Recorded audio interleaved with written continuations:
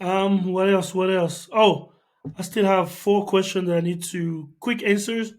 Those are for my people on Twitter. Send me four questions. I think they all four come from think ESPN, either ESPN FC or ESPN UK, one of the two Twitter's account. Yeah.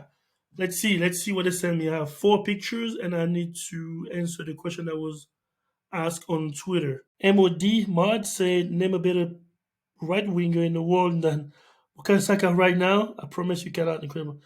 He said we cannot name a better right winger than Bukayo Saka. Wow, in the world, man. Well, now we can debate all day, all night, but I'm not even gonna go outside of the Premier League. Last time I checked, Mohamed Salah plays in the Premier League. Mohamed Salah is miles, and I mean miles, better than Bukayo Saka. I'm not even sure Bukayo Saka would ever be as good as Mo Salah ever. But it's possible, but I'm not even sure. I'm pretty sure if Bukayo Saka reached Mohamed Salah career, he'll be happy. But the key word was actually right now. Doesn't it say never been a right winger in the world than Bukayo Saka right now? Okay. Scratch everything I said at first. He said right now. Still, Mo Salah is better than Bukayo Saka right now in the Premier League. Has if you combine goals and assists, Mohamed Salah is better than Bukayo Saka. Plus, even what he's doing with Egypt. Now you can compare that Bukayo Saka played in the World Cup and Mo Salah didn't. But just purely even in the Premier League, in Europe right now, also Mo Salah played in the Champions League. Bukayo Saka did not. It was in the Europa League. And in the Premier League, yes, Arsenal is first in the table. But as far as having a better individual season, who's better as right wing, who would I get to my team first?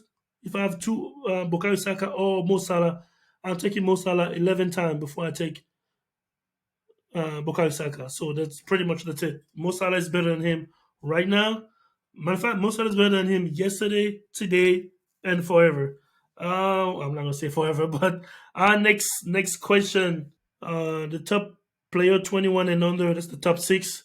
I'm guessing. Do we agree with this ranking? I don't. I do not. I do not agree. NOT with this top six. I think they're robbing my boy Gonzalo Ramos from Benfica Lisbon. He's definitely top five. He's definitely first of all, if we're talking who's having the better season, or are we talking who's the better talent? Are we projecting who's going to be the better player in the future? Because those are two different things.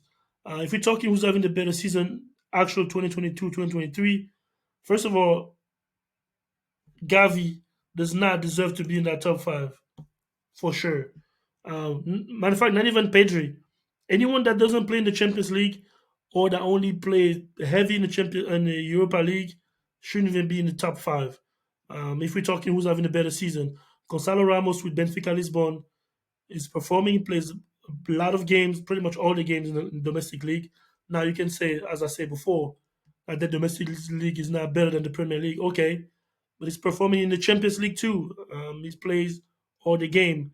Benfica is one of the hardest team in Europe in the Champions League. I would say Napoli, Benfica, and Man City are the three hardest team. Of course, Real Madrid, but I'm talking about hard right now. Napoli, Benfica, definitely the hardest team. So, and Gonzalo Ramos is their number nine. Gonzalo Ramos should be top five. Matter of fact, he's having a better season than Pedri and Gavi. And Kamavinga, I don't know why he's even in this top six. He's a good player, but yeah. But I'm not even gonna waste time talking about Kamavinga. Top five is wrong because they don't have Gonzalo Ramos and they don't have Yusko Gvardiol. Gvardiol should be ahead of the two Barcelona players because they didn't play in the Champions League anyways. Gvardiol played with Croatia all the way to the semi-final of the World Cup. He was a starter for Croatia, played well, one of the best players of the World Cup. Period was Gvardiol. He's playing with RB Leipzig, and he was in the Champions League. Gavi and Pedri were not. So yeah. Also, I don't think Musiala should be fourth. Musiala is better than what? Musiala is having a better season, and Musiala is better than. Is he better than Pedri? To be honest, I understand the hype. I already said it on Jude Bellingham, but who's done more, Bellingham or Musiala? I'll say Musiala done more. Now I don't know if particularly this season, but yeah, Jude Bellingham is first on the table. But they're facing Bayern Munich. These two are facing off on Saturday. We'll see. We'll come back on Saturday and see who's better. But yeah, this top six, I disagree because I would have Gonzalo Ramos in it because what he's doing with Benfica Lisbon should not go unnoticed. I would definitely have Gusto Gvardiol because 2022, 2023 started in 2022, including the World Cup, better than Gavi, better than Pedri as far as better season.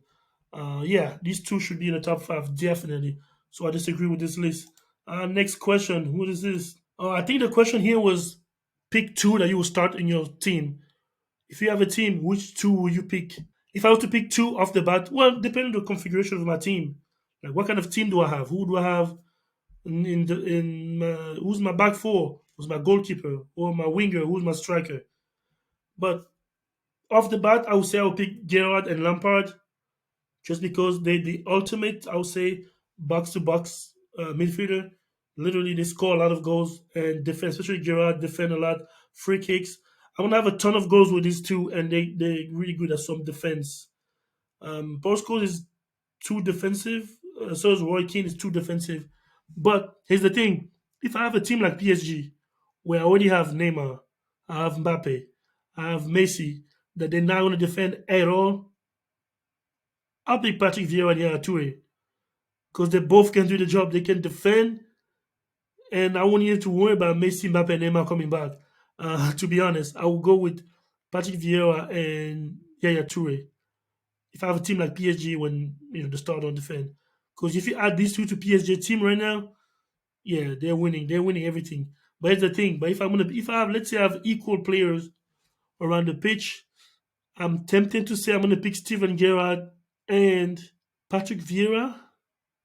Like yeah, Toure was good. He was really good, but like longevity has to matter. Like he didn't play well for a long time. So that's the only reason. I knew he was super talented, and he had brilliant moments, and that's the thing. He had a lot of brilliant moments.